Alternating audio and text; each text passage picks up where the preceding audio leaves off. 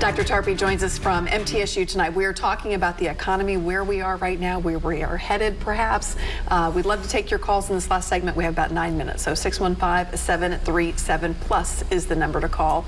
We kind of skipped over this. It's very basic, but it's a very important thing to understand. When the Fed raises the interest rate, how is that supposed to help stop inflation? So the easy answer, if you raise the interest rate, what it is supposed to do is contract the money supply. So if interest rates go up, people spend less. Not just people, companies will spend less. So if people are spending less, demand goes down, therefore prices should come down. I mean, that's the way it's worked forever until now. Right. It hasn't worked. No, just yet. It did work in the 80s, right? So we raised interest rates up to the rates we just talked about.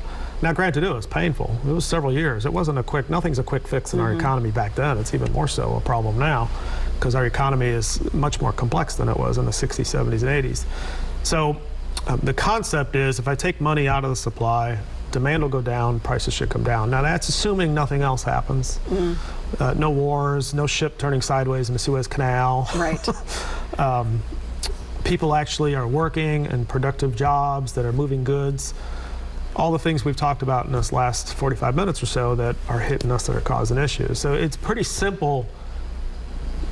I want to say logistically, it's simple from the process of how it should work. The challenge is it's not really working like it has in the past. It has to a certain degree, but we'll see. And you kind of breezed over this point earlier too, is that we haven't really had a lot of time to assess between these two interest rate hikes that the Fed has done in the last few months to say, okay, what impact is it having? Yeah, this is unprecedented to my knowledge, and I need to go back and check these facts, but I don't believe we've had three-quarter raises within 6 months. I don't think anybody's done that one before. So this ought to be interesting. Yeah, so the question is, if you really give it time, is it going to be too much? Right, especially with everything else going on, and that's what really bothers me. So we try to, as human beings, we try to fix stuff. Yes. Some stuff's not fixable. You've got to just weather it and get through it. So our political system has become so politicized that people want to fix things immediately. So now we're operating on timelines of elections. Well, that's not the way the economy works. The economy doesn't work on the timeline of elections. So the administration's going to do everything it can to solve a short-term problem by November.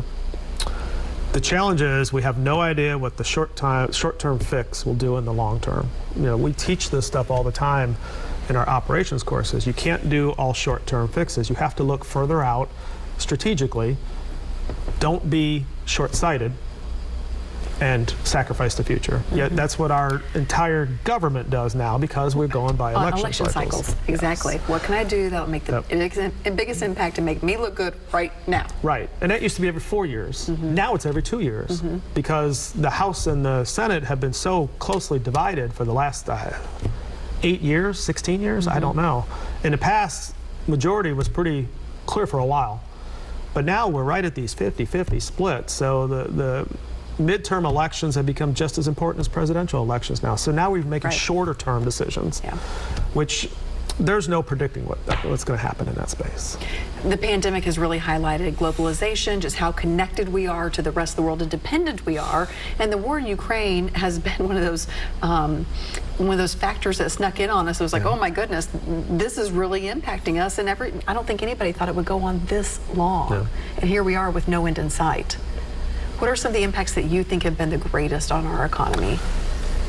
For the United States, clearly the biggest impact is Ukraine was a very large exporter of fertilizer. Well, fertilizer is something our farmers need. Can't get fertilizer, I can't grow crops. Pair that with the droughts we've had.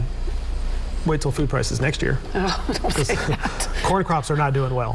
Soybean crops are not doing well. So when those crops come in under, we're going to have an issue. Prices are going to go up, commodity prices are going to go up. If we can't fertilize them, that's another problem. It's not like we can just say, hey, let's go get fertilizer from somewhere else. It doesn't work that way. Nobody else is producing it. And they're a huge wheat exporter. Huge wheat to other parts of the world, not to us.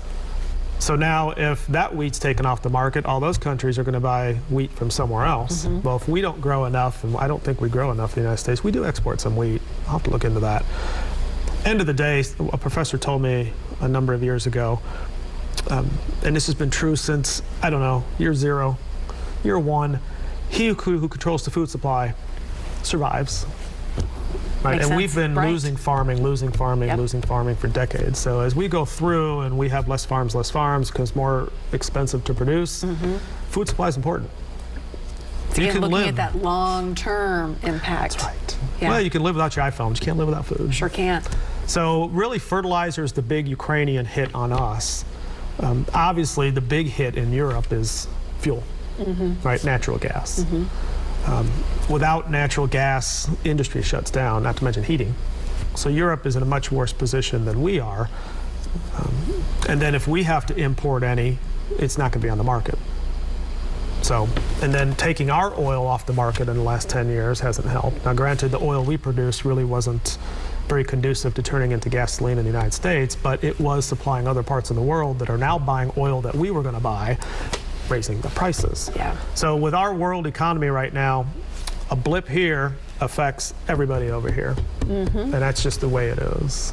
And that's why supply chain is really one of those buzzwords. It's a great place to be. That is here to stay.